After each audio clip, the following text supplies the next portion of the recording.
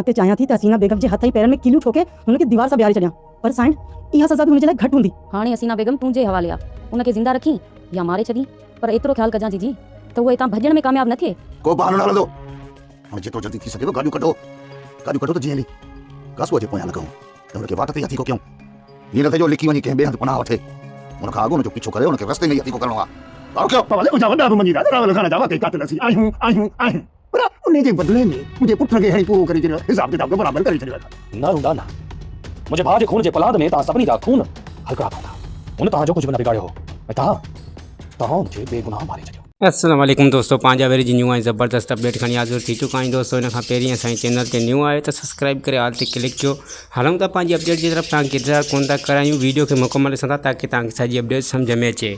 जी दोस्तों, तव्हांखे ॿुधाईंदो वञा त हसीना बेगम जी ॾोर चाकर ख़ान गुलनार नौकरियाणीअ जे हथ में ॾेई छॾी आहे दोस्तों। ऐं उहा नौकरियाणी हुन सां जेको बि सलूक कंदी त उहा ई कंदी, छो त हुनजी मुजरिम आहे ऐं हुन ते तशदुद बि जेको आहे त हसीना बेगम कयो ऐं हिन ते इहो ज़ोर बि रखियो त तोखे जेको आहे त रावल खाने जे खून जी कंहिंखे बि ख़बर न आहे ॼणी।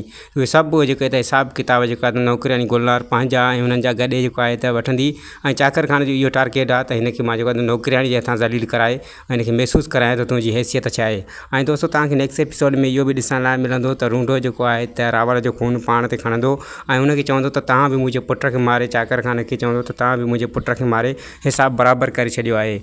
चाकर ख़ान जो चवणु हूंदो त असां जेको आहे त खून तुंहिंजे पुट जो कयो आहे ऐं तव्हां जेको आहे त हर सां करे मुंहिंजे भाउ रावल खान जहिड़ी हेॾी हस्तीअ खे मारियो आहे।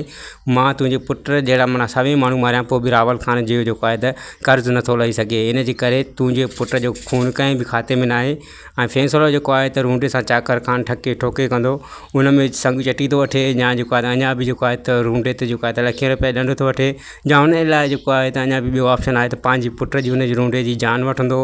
चाकर ख़ान कुझु न कुझु तव्हां ज़रूरु कंदो दोस्तों।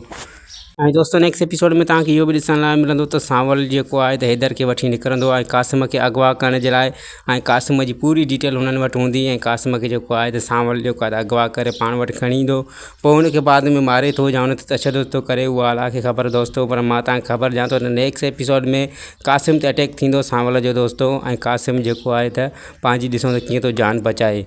उमेद आहे त हीअ वीडियो तव्हांखे वणी हूंदी। वीडियो वणे त लाइक सब्सक्राइब शेयर ज़रूरु कंदा। वरी मिलंदासीं तव्हां सां काई न्यू वीडियो जे अपडेट सां गॾु। ख़ुदा हाफ़िज़ दोस्तों, दुआउनि में यादि।